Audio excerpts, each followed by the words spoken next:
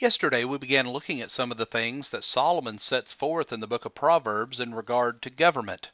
Today we're going to continue in that study by beginning in Proverbs chapter 30 verses 29 through 31.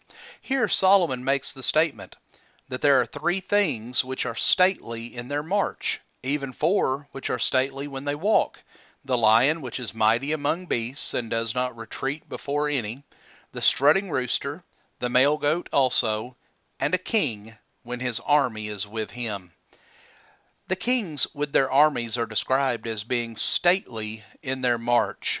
The fact that they command such a force demands respect, and the mention of such military might also reminds us of the responsibility of rulers to bear the sword, as Paul sets forth in Romans 13 and verse 4. Solomon goes on to say that when the wicked rise, men hide themselves, but when they perish, the righteous increase, Proverbs 28:28. And then in the very next chapter, Proverbs 29 and verse 2, he says, when the righteous increase, the people rejoice, but when a wicked man rules, the people groan. The wise man here implies that the one who hides themselves from wicked rulers are not other wicked persons who deserve punishment. Righteous kings punish the wicked, but wicked kings do not. Instead, wicked kings are a cause of fear to those who do what is right. Therefore, the righteous hide themselves. Interestingly, the righteous increase, not necessarily when wicked rulers are replaced with righteous rulers, but simply when wicked rulers perish. The righteous are capable of prospering with or without civil authorities over them because of their reliance upon the providence of God and also submission to His rule. Yet righteous rulers are still able to be a blessing to the people of a nation. Solomon says that loyalty and truth preserve the king, and he upholds his throne by righteousness, Proverbs 20 and verse 28. A king who desires his throne to be established must rule with mercy, truth, and righteousness. Many in positions of power are concerned solely with enriching themselves and care little for the people. Yet a righteous king will remember his obligation before God to follow his instructions and do what is right.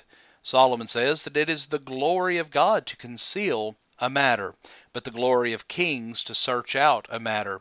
As the heavens for height and the earth for depth, so the heart of kings is unsearchable, Proverbs 25, verses 2 and 3. These verses are discussing different levels of authority. God is able to conceal a matter because He is over all, including the king. Now the king might search out a matter, but even in his position there are certain things of God that are unknowable to him. Furthermore, the fact that he must search out a matter reminds us of the fact that the king is only human. He does not have perfect knowledge of everything. Therefore, God, in His omniscience, is and always will be greater than the king. Then Solomon says, the heart of kings is unsearchable. Just as the king might search out matters known only to the one who is greater than he is, which would be God, we might search out matters known only to the king who rules over us. We cannot know the hearts of those in power any more than we can know the mind of God, unless it is revealed to us. Solomon says, take away the wicked before the king, and his throne will be established in righteousness, Proverbs 25:5. Friends, kings are only human. They can be influenced by evil around them. Therefore, if the king is surrounded by wicked advisers, then he will act wickedly. If these advisers are removed, then wickedness can be avoided. And when wickedness is avoided and righteousness is practiced in its place, then his throne will be established.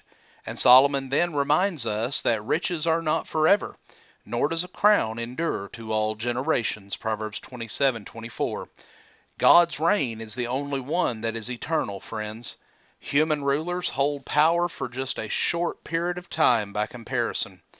Therefore, all men, both in and out of positions of power, need to remember the limitations of civil authority and submit to the one with ultimate authority, which is our Heavenly Father.